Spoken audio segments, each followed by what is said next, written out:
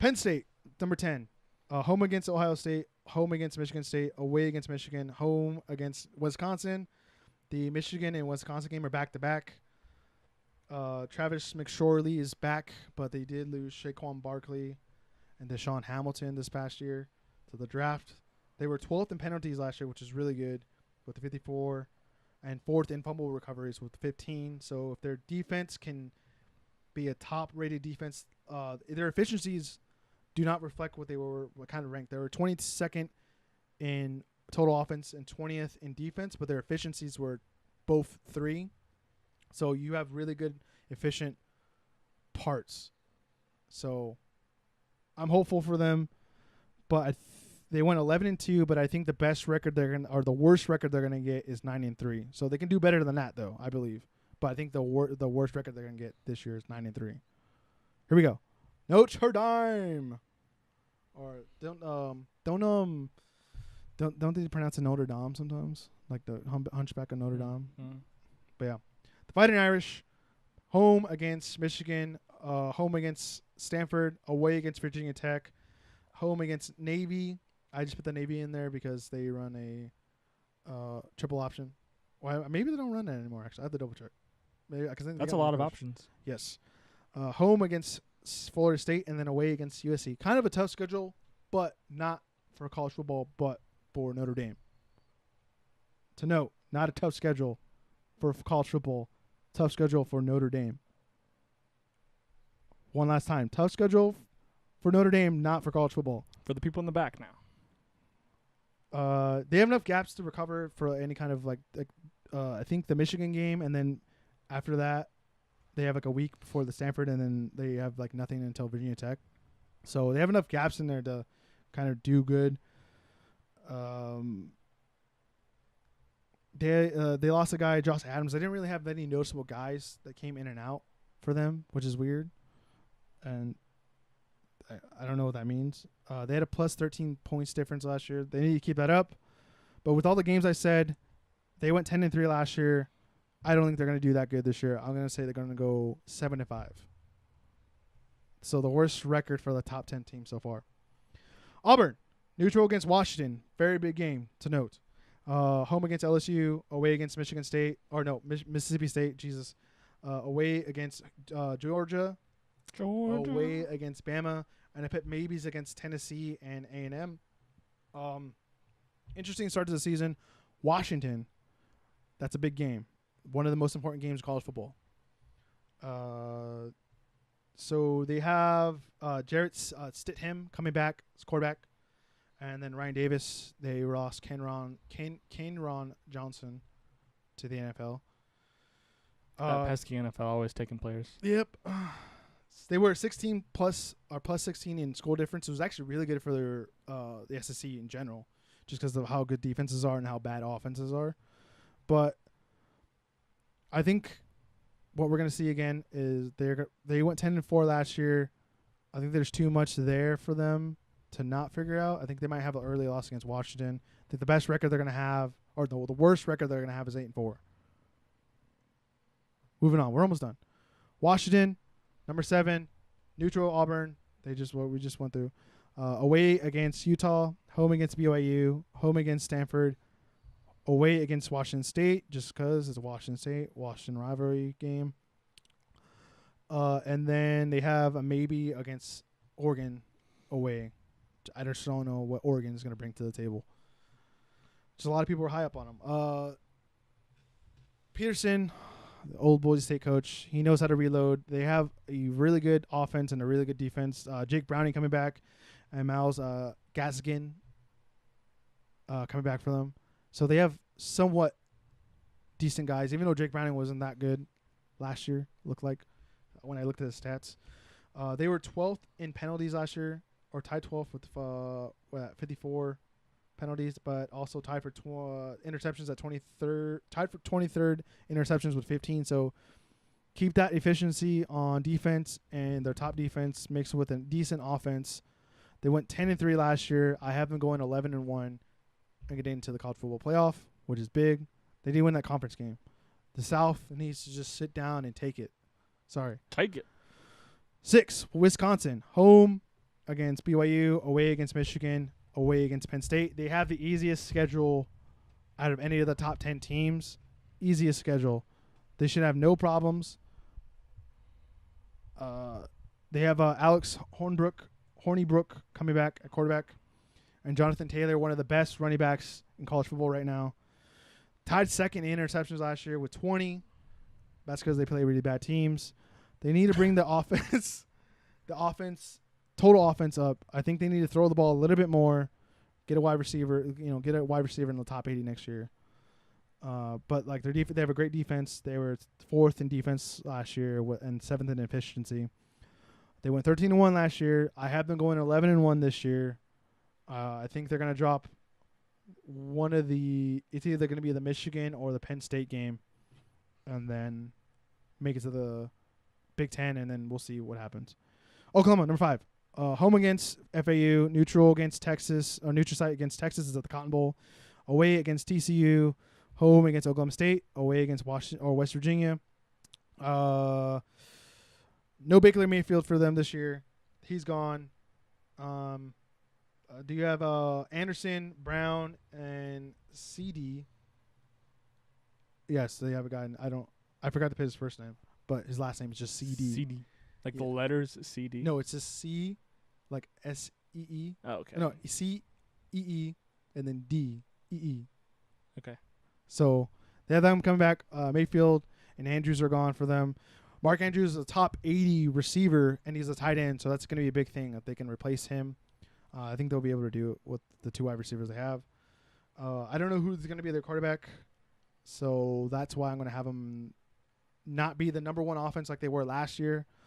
They went 12-2 last year. I'm going to have them go 8-4. I just really like TCU and West Virginia a little bit more. I think they're just like sleeper teams. 4, Ohio State.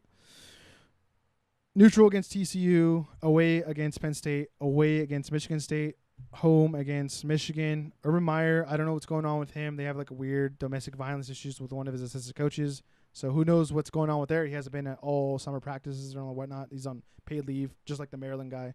I think if he was going to be fired, he would have been fired already. Yeah, so, yeah, but we won't see. But like that, and who knows what kind of impact that's going to have on the team. They need to find a quarterback, but they do have J.K. Dobbins coming back for them. They lost D.J.T.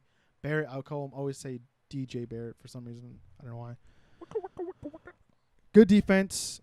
They need to keep that good defense up. But they also were tied last year in total offense and 3rd, but I don't know how good that's going to be. They went 12-2 last year. I think the worst record they're going to have this year is 8-4. Yikes. Yeah, worst record, though. They can do better than that. My beanie just fell off. Anyways, moving on. Georgia. We're almost done, dude. Georgia. Oh, away. I'm going to do that every single time you say Georgia. Away against South Carolina. Away against LSU. Home against Auburn. 3 games for them. Real nice, simple. They needed not get as many penalties as they were last year. They were 117th in penalties last year. But they did have a top 5 defense and a top 2 offense in efficiencies. Keep that up. Nick Chubb and then Sony Michael are gone. 2 running backs. They should be able to replace those guys. Jake Fromm. And then they have another freshman that are like, for some reason, Jake Fromm did pretty good last year, or decent. Top 80 quarterback. But if that rookie comes, or not the rookie, the freshman comes in and messes all up, maybe throw the ball a little bit more. That's all I recommend. They had a plus 23 points difference last year. They went 13-2 and got to the championship game and lost to Alabama. I think the worst record they're going to have this year is go 10-2. There's only 3 big games for them. That's it. They're in the East. SEC East. Not good. Clemson. One of the last, I don't know, probably 1 and 2 are kind of close, actually, this year. Away against Texas A&M. The Florida State game, I did not put the location. I think maybe that's a home game. I don't know. Home against NC State. Away against Florida State. Home against South Carolina at the very end of the year. Kind of a weak-ish schedule, in my opinion, just because ACC doesn't look that good regardless. They need to – I don't like the court. Kelly Bryant is their quarterback. I still don't like him. He just throws the deep ball too much. They have another freshman there. Same with Georgia going on and having that little dispute. But I still like Dabo Swinney. I feel like they're the best team in the ACC. They went 12-2 last year, but don't be surprised if they go 9-3 this year, which I have them being the worst record they get. Alabama, number 1. No. I don't know why I put this on there as a joke, but I put the neutral game. It's a neutral site versus Louisville. That game's gonna be a blowout. Away against LSU, home against Mississippi State, home against Auburn. Again, quarterback situation. Tua, I think it's his first. I don't want to say his last name. His last name's a cluster. Jalen Hurts is back. Personally, he should be a running back. That's just my opinion. He was actually top 80 in rushing and then also top 80 in passing last year. Dual threat kind of guy. Number 1 defense in total defense and efficiency. They'll keep that up. They lost some guys in the NFL, but they'll be fine. Damian Harrison is coming back, running back. They did lose Calvin Ridley, but they'll be able to replace him, I think. They went 13-1 last year. With that said, I think the worst record again will be what they did last year. I predicted they go 12-0, but they did go 11-1. I'm going to be on the safe side and say the worst record they're going to get is 11-1 again. And that's it. That's top 25. All right, you ready for my top 25? Alabama. Number 1, Alabama. Number 2, everybody else. Yeah, I kind of feel that. I think Clemson's defense, they have like one of the best defenses this year.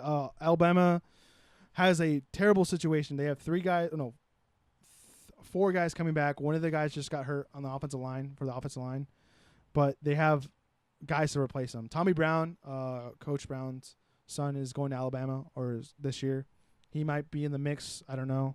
He'll be a freshman, but whoever they have, they're the most professional team out there. They can probably, if they wanted to, be able to try to compete in the NFL. That's how good this team is. But I think Clemson as well. Could they beat the Cleveland Browns? Last year for sure. I feel really? Like they had a good chance. My actual top 10 that I have, I don't have I feel like the preseason and top whatever rankings are stupid, but my actual top 10, 10 I have South Carolina just because like their strength of schedule and what they can do and what they have coming back. 9 I have Michigan State because it's just the way they have their schedule set up. 8 with Auburn just because they are always that weird team that just nicks Alabama, but it's a away game at Tuscaloosa for them. 7 is Miami because they have a weak schedule. 6 is Ohio State. I have them. They actually dropped down. They should probably for me. They might not even be in the top 10 soon. 5 I have Washington just because of Peterson and I love that team. 4 is Georgia, the best team in SEC East. Georgia. 3 is Wisconsin just because they have the weakest schedule. 2 is Clemson, and then number 1 is Alabama. Hey. And those are like the top 10 to where like the college football playoff is what I mean. Just a quick note. Teams to watch. I think South Carolina is just gonna be interesting. Like I said, Boise State because they're the most entertaining team ever. That's biased. And it's my team. UCLA at the end of the year with Chip Kelly. Players to watch from specific teams. Houston's Ed Oliver, who might be a potential top 5 pick next year. Boston College's running back A.J. Dillon, another great running back, might be the best running back in college football. NC State's quarterback Ryan Finley, that's why I have NC State so high or into those notable games, just because he's a great quarterback. Might be another number 1 quarterback for this upcoming draft. Kansas State, because of their schedule, see if they do well. Same thing with Mississippi State, see if they do well. Just see if they can sneak in there. If they can stay alive, they can sneak in.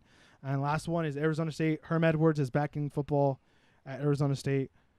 See what we can do. He has a couple of returning players over there as well. That's it. College football done. We're good. That took a lot of research, actually. Jesus. It sounded like it took a lot of research. It did, somewhat. Oh, how much time are we on this?